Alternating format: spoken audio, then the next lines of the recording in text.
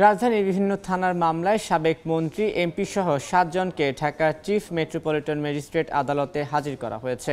এই মুহূর্তে সিএমএম আদালতে আছেন সহকর্মী আমান নবী। সরাসরি যাচ্ছি তার কাছে।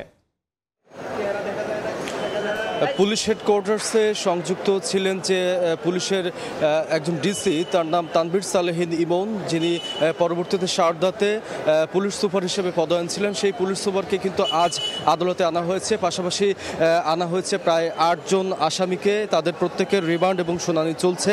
আমরা এখন পর্যন্ত জানতে পেরেছি পুলিশ সুপার তানভীর সালেহিন ইমনকে আজ একটি মামলায় তাকে গ্রেপ্তার দেখানো হয় এবং গ্রেপ্তারের পরবর্তীতে তাকে নিউ মার্কেট থানার একটি মামলায় 7 দিনের রিমান্ড আবেদন করা হয় এবং পুলিশ সেখানে সেই আবেদনের পরিপ্রেক্ষিতে তাকে কিন্তু 7 দিনের রিমান্ড মঞ্জুর করা হয়।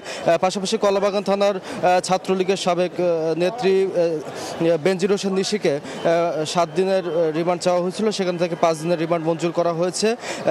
আমরা জানতে পেরেছি যে গৃহায়ন ও গণপূর্ত মন্ত্রণালয়ের সাবেক মন্ত্রী ইঞ্জিনিয়ার মোশাররফ হোসেনকে রাজধানীর পল্টন মডেল থানার মামলায় তাকে কিন্তু গ্রেপ্তার দেখানো হয়েছে। আরেক আসামি সাবেক স্বরাষ্ট্র সচিব মোস্তফা কামাল উদ্দিনকে। পাশাপাশি আজ আনিসুল হক, ফারুক খানকেও কিন্তু আদালতে আনা হয়েছে। এই মুহূর্তে আদালতে কিন্তু তাদের শুনানি চলছে এবং তাদের বিরুদ্ধে কোনো রিমান্ড শুনানি না থাকলেও বিভিন্ন মামলায় তাদের কিন্তু গ্রেপ্তার দেখানোর জন্য আবেদন রয়েছে।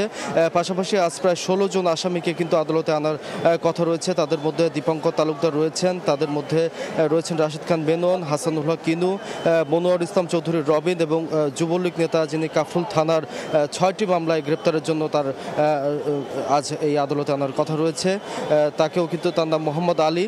পাশাপাশি কিশোরগঞ্জের কিছু স্থানীয় নেতা এবং ঢাকা উত্তর সিটি কর্পোরেশনের 8 নম্বর ওয়ার্ডের কাউন্সিলর সুলতান মিয়া, তাকেও কিন্তু আদালতে আনার কথা রয়েছে।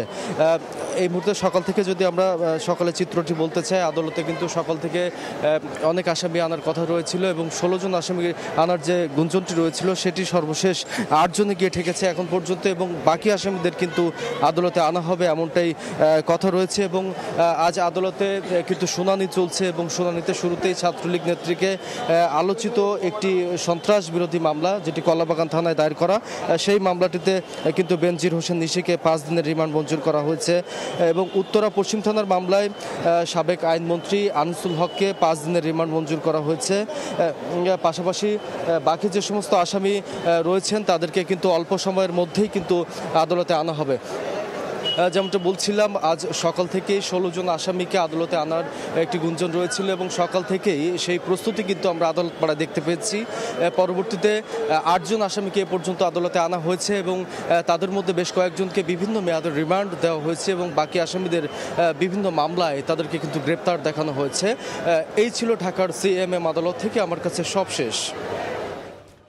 এতক্ষণ সরাসরি যুক্ত ছিলাম ঢাকার সিএমএম আদালতে।